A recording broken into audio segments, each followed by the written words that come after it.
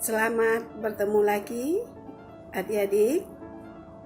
Assalamualaikum warahmatullahi wabarakatuh. Saya Dr. Devina akan menjelaskan materi paragraf. Adik-adik, paragraf ini dapat kita analogikan dengan laut. Ya, dan laut itu adalah muaranya sungai-sungai. Nah, sungai-sungai ini adalah kalimat. Jadi, muaranya kalimat adalah paragraf. Nah, dengan demikian, marilah kita simak materi berikut ini. Materi ini mahasiswa dapat menjelaskan syarat-syarat paragraf, jenis-jenis paragraf, dan menyusun paragraf.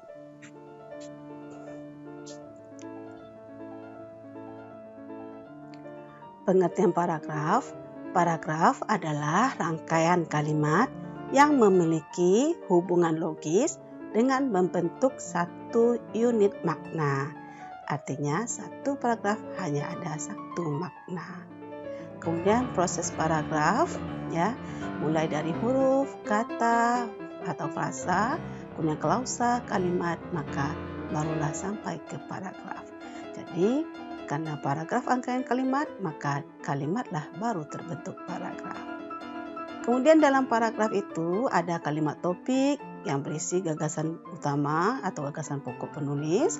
Kemudian ada kalimat penjelas, ya, perincian gagasan untuk kalimat topik sehingga kalimat topik mudah dipahami. Nah, kemudian karena paragraf itu rangkaian kalimat dan ada kalimat topik, kalimat penjelas, maka kalimat penjelas tidak boleh keluar dari kalimat topik. Kalau dia tidak sesuai dengan kalimat topik, berarti dia tidak logis. Berdasarkan letak atau posisi paragraf dalam sebuah teks dapat dibagi menjadi 3. 1. Paragraf pembuka. 2. Paragraf penghubung atau paragraf isi. Dan 3. Paragraf penutup.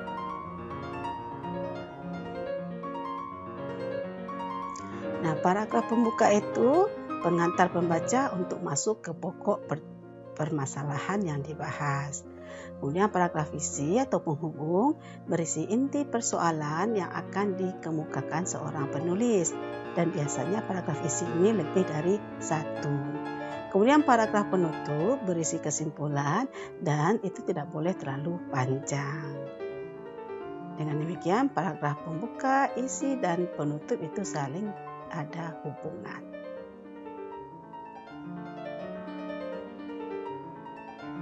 Kemudian paragraf pembuka itu harus menarik.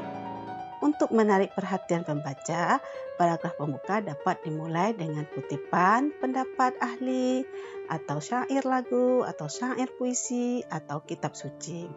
Nah, bisa juga dengan anekdot, kemudian bisa juga dengan mengemukakan tujuan, dan juga bisa dengan pertanyaan. Dan ini biasanya untuk karya-karya semi ilmiah. Nah, apa contohnya mengutip kitab suci? Misalnya adik-adik melihat fenomena sekarang, orang merasa terbebani dengan adanya lansia di rumahnya.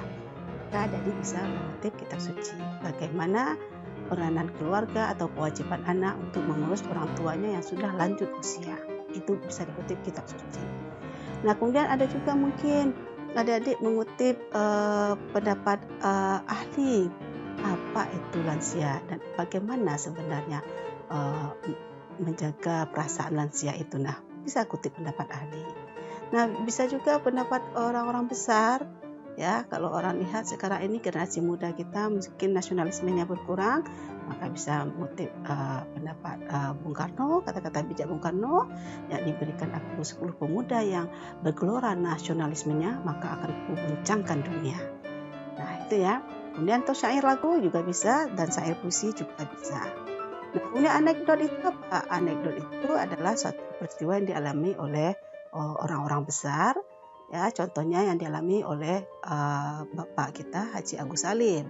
Saat beliau masuk ke suatu forum, ya, ada audien yang mengembek di sana. Dia mengatakan, "Mbak, Mbak." Nah, Haji Agus Salim kan jenggotnya panjang. Ya, kalau kita mungkin tersinggung, tapi beliau tidak. Nah, tapi saat beliau tampil, beliau langsung mengatakan, "Assalamualaikum warahmatullahi wabarakatuh. Saudara-saudaraku, sebangsa dan setanah air, mohon maaf. Forum ini hanya untuk manusia." Artinya apa? Artinya yang mengembek tidak boleh ada di sana. Kenapa? Kan mengembek itu kambingnya. Seperti itulah anekdot. Nah, kemudian mengemukakan tujuan. Jadi adik-adik ingin menulis sebuah artikel bahwa langsung dengan tujuan. Dalam artikel ini akan dijelaskan strategi berbisnis di era COVID-19, ya. Nah, itu langsung tujuan. Atau juga bisa dengan pertanyaan. Ya, pertanyaan, bagaimanakah strategi berbisnis di era COVID-19 ini? Atau tentang lansia juga boleh. Apakah yang harus kita lakukan saat merawat orang tua kita yang sudah lanjut usia? Nah, itu bisa dimulai dengan pertanyaan. Nah, jadi adik-adik, paragraf pembuka ini ketika dibaca orang, maka orang akan tertarik sehingga dia akan membaca paragraf isinya. Oke ya? Nah, sekarang kita lanjut bagaimana contoh paragraf pembuka. Nah, saat ini Ibu mengambil teksnya tentang lansia. Nah, dan masalah COVID juga ya. Oke, nah sekarang kita lihat contoh paragraf pembuka. Dengan mewabahnya penyakit COVID-19, sayuran mesti menjadi bagian dari menu makanan sehari-hari. Alasannya, pangan ini mengandung berbagai vitamin dan mineral yang dibutuhkan oleh tubuh. Kandungan vitamin dan mineralnya pun berbeda. Agar kandungan vitaminnya tidak berkurang, perlu diperhatikan cara penyimpanannya. Berikut ini akan dijelaskan cara penyimpanannya. Maka pembaca sudah pasti yakin caranya akan dijelaskan pada paragraf isi. Nah, ini paragraf isinya. Salah satu cara penyimpanan sayuran adalah disimpan di tempat sejuk. Tempat yang sejuk ini tidak mesti harus kulkas. Jika tidak ada kulkas, sayuran dapat disimpan pada suhu kamar, namun tidak terkena sinar matahari langsung. Nah, ini berarti pembaca sudah tahu. Jadi benar, isinya tentang cara menyimpan sayuran agar vitaminnya tidak berkurang. Nah, kita akan lanjut. Bagaimana paragraf penutupnya? Jadi, itulah beberapa cara penyimpanan sayuran. Jika cara ini diterapkan dengan baik, vitamin dan mineral yang terkandung dalam sayur akan tetap bertahan. Begitupun sebaliknya, jika cara penyimpanannya tidak benar, kandungan vitamin dan mineralnya akan rusak atau berkurang.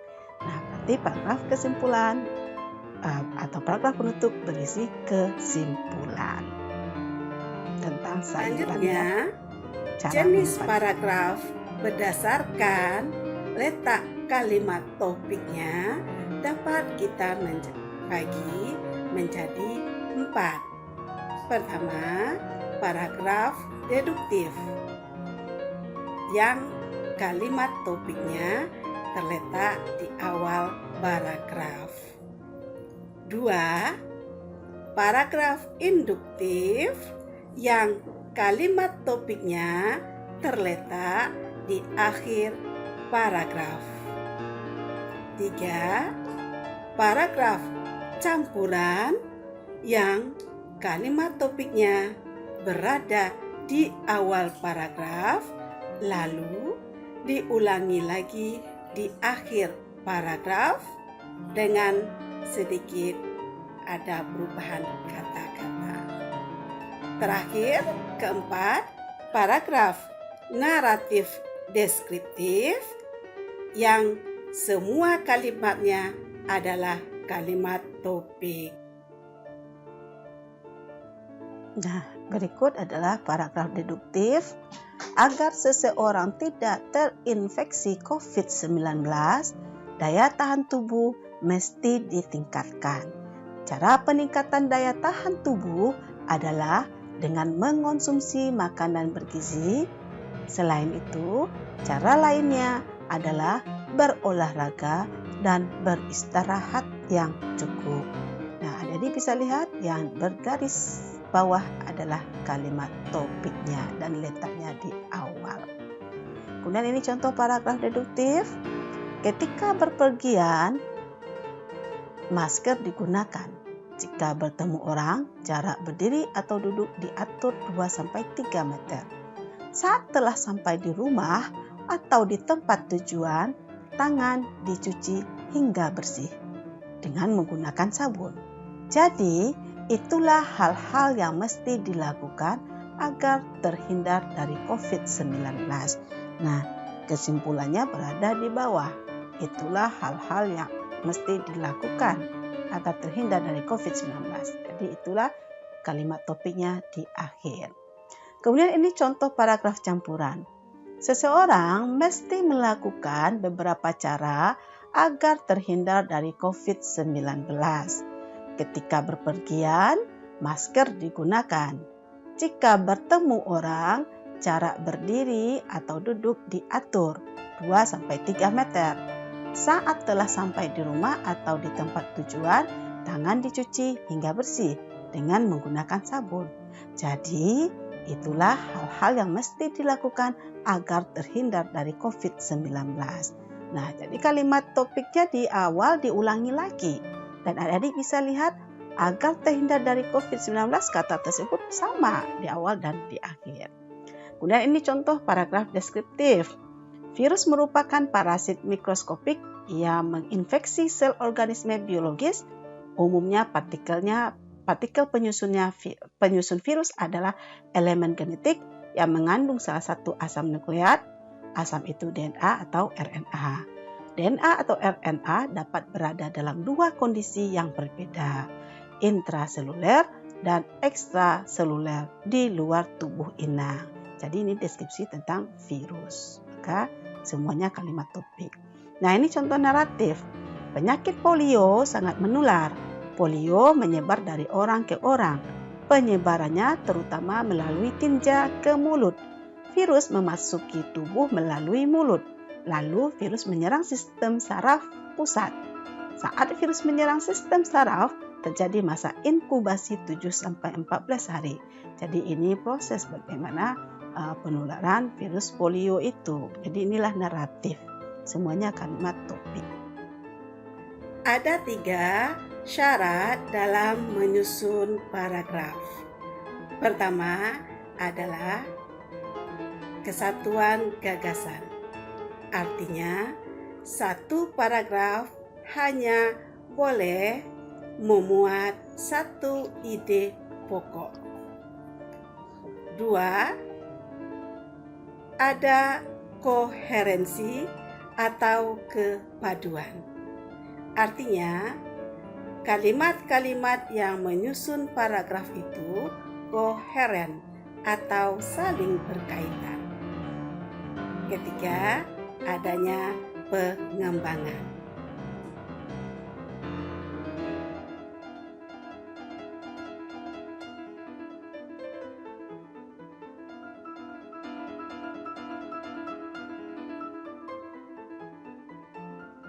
Nah, kemudian kita lihat bahwa bagaimana cara menyusun sebuah paragraf. Ada 10 metode ya.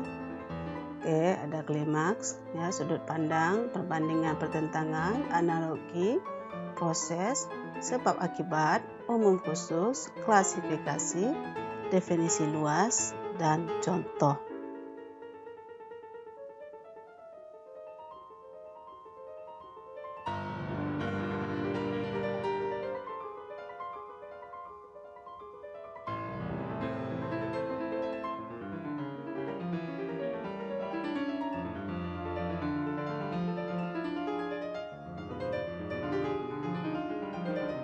Nah, ketika adik-adik mengembangkan paragraf, terlebih dahulu harus dibuat kerangka paragrafnya. Nah, ini cara membuat kerangka paragraf ya, 1 kalimat topik dengan 4 kalimat penjelas. Maka total kalimatnya akan menjadi 5 kalimat.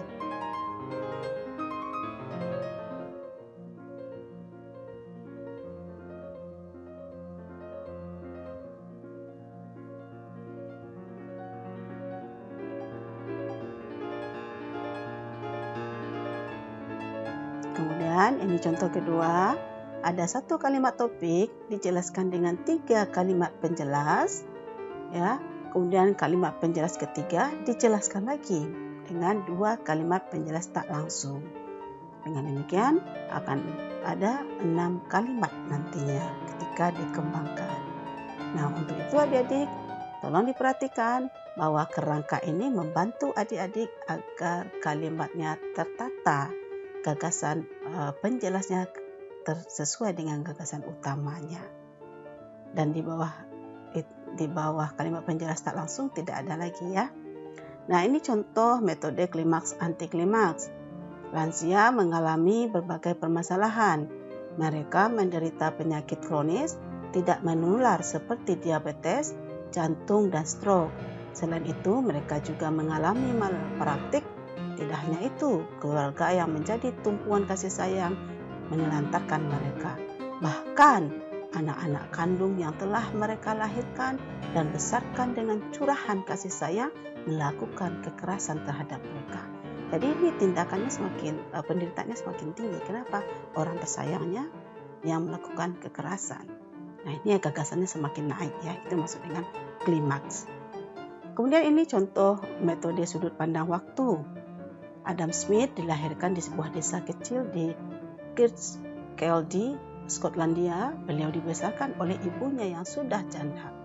Beliau menempuh pendidikan dasar hingga pendidikan atas.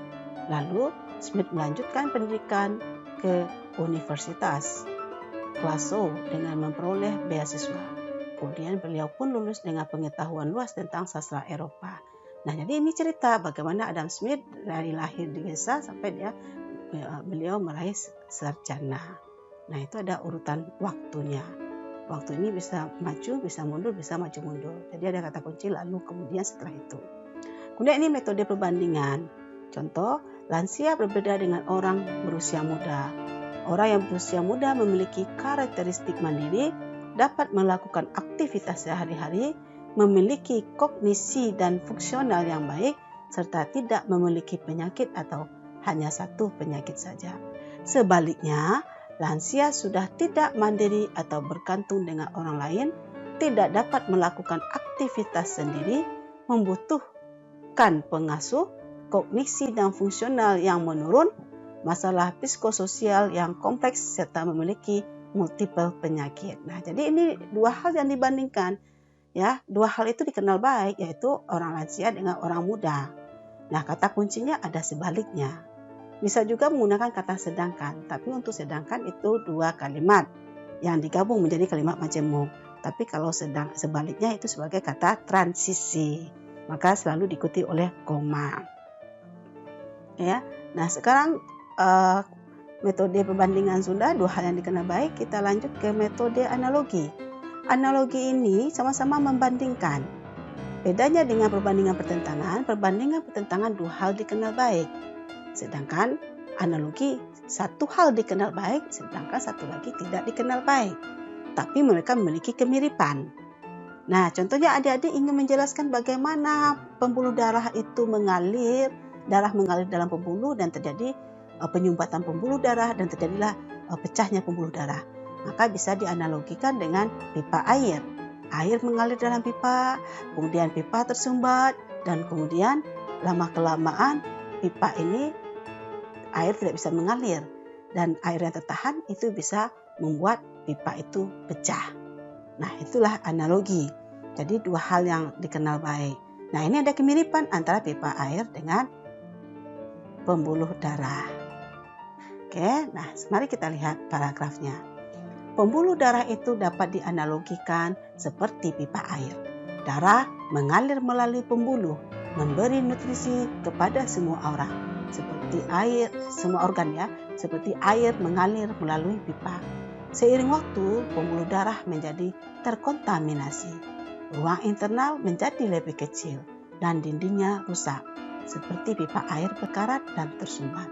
Lama-kelamaan sumbatan ini semakin membesar dan darah pun tidak dapat mengalir sehingga pembuluh darah ini pecah.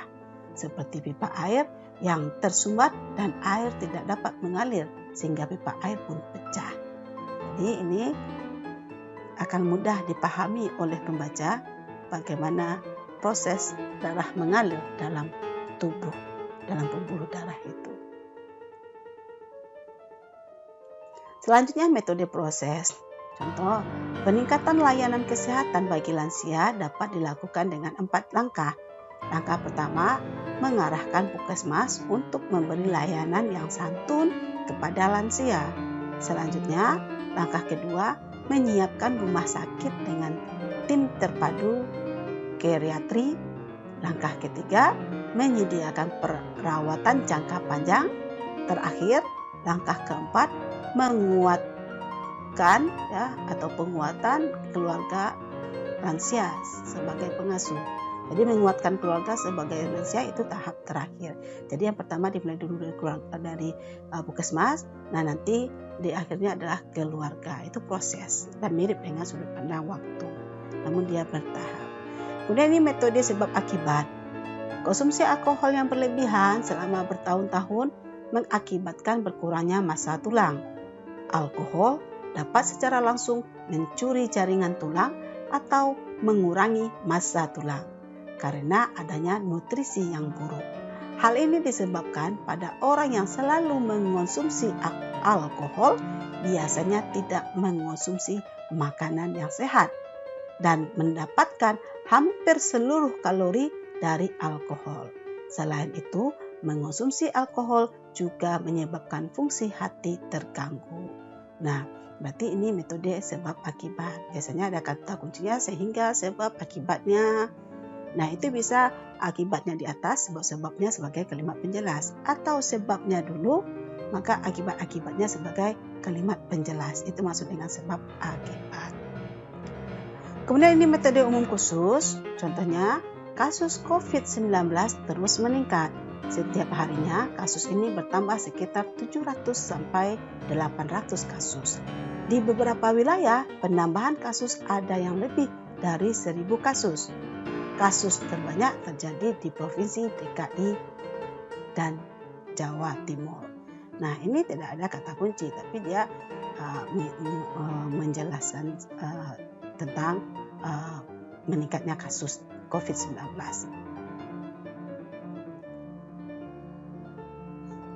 Selanjutnya kita lihat metode klasifikasi. Klasifikasi ini kita lihat paragrafnya. WHO mengelompokkan usia lanjut menjadi 4 kelompok. Kelompok pertama adalah usia pertengahan dengan kisaran usia 45 sampai 59 tahun. Kelompok kedua adalah lanjut usia dengan rentang usia 60 sampai 74 tahun.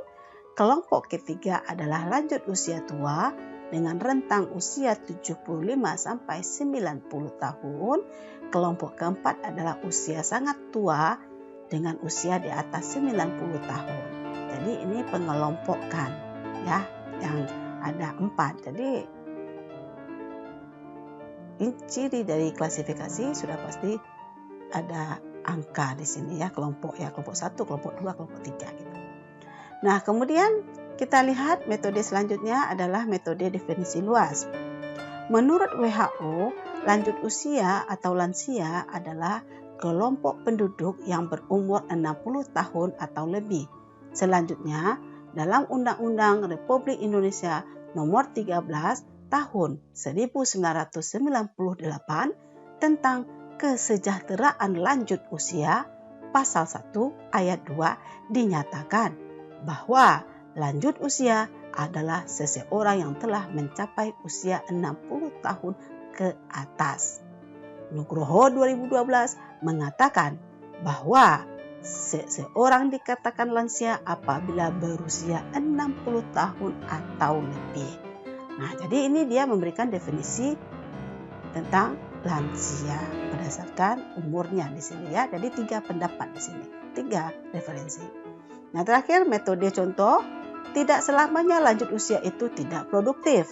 Contohnya adalah seorang profesor. Mereka mengajar, membimbing, dan meneliti sampai usianya 70 tahun. Meskipun sudah pensiun setelah berusia 70 tahun, masih banyak profesor yang diminta untuk mengajar dan membimbing mahasiswa program doktor. Mereka juga banyak diundang sebagai pembicara. Tidak hanya itu, mereka juga masih banyak yang menulis seperti artikel ilmiah, artikel semi ilmiah, dan buku. Nah, jadi adik-adik, contoh ini cirinya ada kata contoh misal seperti ya, tapi seperti itu juga bisa analogi. Nah, kemudian contoh ini adik-adik bisa saja satu kalimat topik diberikan beberapa contoh sebagai kalimat penjelas, atau hanya satu contoh saja, tapi ada kalimat penjelas tak langsung. Kemudian sebelum kita akhiri, kita lihat ringkasan bahwa paragraf itu ya ada kalimat topik ya dan kalimat penjelas. Kemudian ragam jenis paragraf berdasarkan posisinya dalam teks dapat pembuka, penghubung, dan penutup. Kemudian syarat paragraf itu ada 3, kesatuan, kepaduan, pengembangan. Untuk kepaduan ada repetisi, pronomina, kata transisi, dan paralelisme. Untuk contohnya adik-adik bisa lihat tayang saya yang berupa PDF. Kemudian jenis paragraf berdasarkan letak kalimat topik ada deduktif, induktif, campuran, naratif, deskriptif. Kemudian adik-adik sebelum mengembangkan paragraf perlu membuat kerangka paragraf. Kemudian sudah dijelaskan 10 metode penulisan paragraf.